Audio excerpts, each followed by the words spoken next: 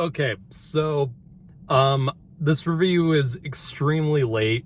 And I talked about this in my DC League of Super Pets review a couple days ago. There was a reason why I waited so long to do a review of this movie, and I did not intend that in the slightest, because I was at the theater the Thursday that this movie Nope opened. And I was going to do a review as soon as this movie opened. But unfortunately, like I said in that review, the theater I went to see this movie the Thursday opened had no air conditioning in the theater I went to. There was half the building was completely without air conditioning, and it was super hot. I mean, we were in the middle of a heat wave. Like, what do you want me to do? And I was burning up in the theater. Everyone was sweating. And about 10 minutes into the previews, I was like, I can't do this. I have to see this another time. I don't want to spend the next 2 hours sweating my ass off. So, and then the weekend, like the next few days, I was at a convention, so I didn't have time to see this during those days as well. And during the week, I'm pretty busy. So I'm finally getting my review of Nope out to you guys. I know some of you watch my reviews, have waited, probably wondered where this has been, and now here it is. So I apologize for the wait, and I hope you guys are satisfied with this review. So finally, here's my video review for Nope. This is Jordan Peele's latest film. This is his third directorial film. His first film was Get Out back in 2017, which was a tremendous film in almost every way possible. And it really was a game changer, not just for the horror film genre, especially with the modern horror film genre, but with, satire and the combination of both dark comedy with the stereotypical horror film. And it really, I think it's ushered in a new generation for filmmakers to not only want to scare and entertain audiences with their horror films, but also make them think and bring out realistic themes and very controversial ideas. And Get Out was the film that I think, out of many films that have done that in the past 10 years, I think that's been probably the best attempt at it easily. And it was a universally loved film. I mean, it got nominated for Best Picture the year it came out, and it was a huge hit at the box office. It's very few filmmakers have had that big of a success with the first movie they ever made. And man, Jordan Peele is an extremely gifted filmmaker with that. Then his next film was Us in 2019. Well, I think many people will agree it's not as good as Get Out is. It was still a big hit with critics and audiences. It still was a big hit at the box office, and it still made people think. It still had that Get Out flavor to it, where not only could you watch it and be entertained by it on the surface, but you could also get, ideas, and there was a lot of symbolism and hidden meaning through it. And that carries over to his next film, Nope, which goes away from the more traditional horror film angle and more towards a sci-fi thriller. And I won't tell you exactly what is going on in the film, because the trailers are kind of vague about what this film is. But basically what the film is about is Daniel Kaluuya plays... Daniel Kaluuya is the main character of the film, as well as Keke Palmer. Both of them are brother and sister, and their family has been a part of the filmmaking industry for years and years and years, largely because the first piece of film that has ever existed was of a black jockey riding a horse way back in the 19th century, I think. and that was their great-great-grandfathers, and they have a very successful horse business where they work with Hollywood and supply and train their horses for these different types of films. And they have this really big ranch, and then weird things start happening around their farm when animals start disappearing, and there's weird phenomenon going on in the sky, and there's something weird going on, and they have to investigate what that is and see if they can try to overcome it. So I think this film is really great. I don't think it's on the same level as Get Out. I think it's on the same level as Us, though. It's still very entertaining. Jordan Peele is showing that he can do more than just the small stuff. And he's shown that he can really manage scope in something with a massive scale to it. I mean, seeing this film in IMAX especially is quite a sight to behold, because this film was also shot by Christopher Nolan's new cinematographer, Hoyte van Hoytema, and he's shot Interstellar and Dunkirk and Tenet. I mean, this guy really, not only do you have a great cinematographer on this that can really show massive things in a beautiful, beautiful way, and this was also shot in IMAX, but Jordan Peele really honed in on something much bigger than his previous two films, and that has to be something that can't be ignored. And it's really impressive on a visual level as well as the sound level on this film. The sound is really, I think, what makes this film so intense and so atmospheric. I mean, not only the musical score by Michael Abels, who does another great job. I mean, the film really does have the vibe of something from the 80s to the late 70s. I mean, there's a lot of people saying that this film is this modern generation's Jaws or Close Encounters of the Third Kind, and you can totally see why if you read between the lines on how different things are filmed and the different sequences that are just build up in intensity. And a lot of it is based on stuff that you can't see, which is something that a lot of filmmakers took from movies like Jaws, where it's not about showing what the opposition is or what the villain of the film is. It's a lot of using audio and using clever camera movement to, really build up that tension, and this film really does that amazingly. And the sound design, especially in this film, is haunting. I mean, it's truly haunting, to say the least. There's the screams that come from this thing that they're dealing with is truly something that you'll probably hear in your nightmares.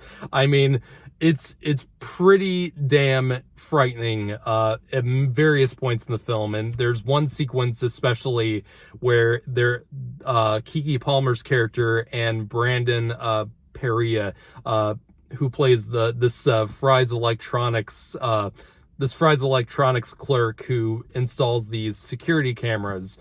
They're both in this house, and this thing is dumping something on their house, and the sound design is really what makes that scene just haunting and just really intense, like I've stated. And the night scenes in this film are filmed, I don't even know how exactly they did it, but it's beautifully done in a way that most films won't even dare tackle with something like this. And it was beautiful, man. That's a weird thing to compliment on for a general audience, but it really does hone in on what this really specific atmosphere the film goes for, and it really creates something special and unique. So now I'm gonna get into spoilers with this. So if you really don't want to know that much about the film, I am recommending you go see it in the theater. See it in IMAX if you can. I mean, the sound design really will blow your socks off with this. And as well as the cinematography in this. I mean, it's gorgeous. There are a few problems I have with the movie.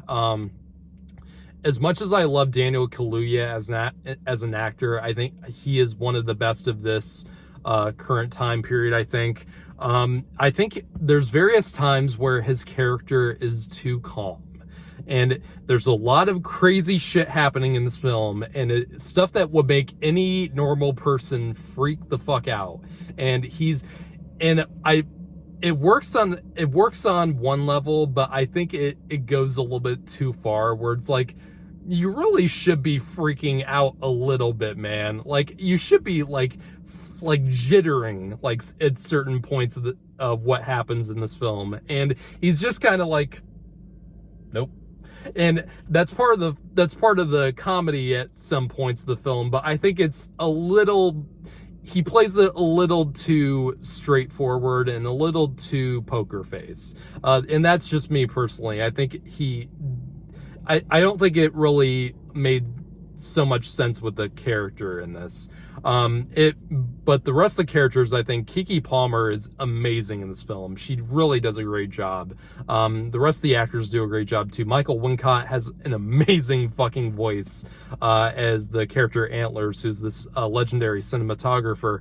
And he adds a great presence to the film. Almost like, in another Jaws parallel, he's like the Quint. He's kind of like the Quint of the movie. Really does kind of add that kind of charisma to the cast of the film. And Brandon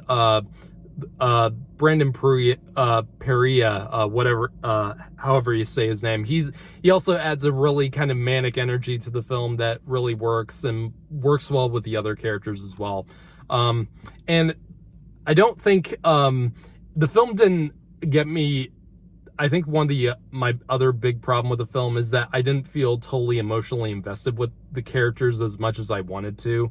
And that at the end of the film, you don't know if a certain character dies, and you don't really feel it as much as you want to. But other than that, I think this film is unique enough and really is quite an experience that you won't soon forget. If you see it in the theater, I don't think you'll forget about seeing this film. There's a lot that still is part of the symbolism. There's a lot of hidden meanings, which I'm about to get into. And I think there's a lot of things that make this film special.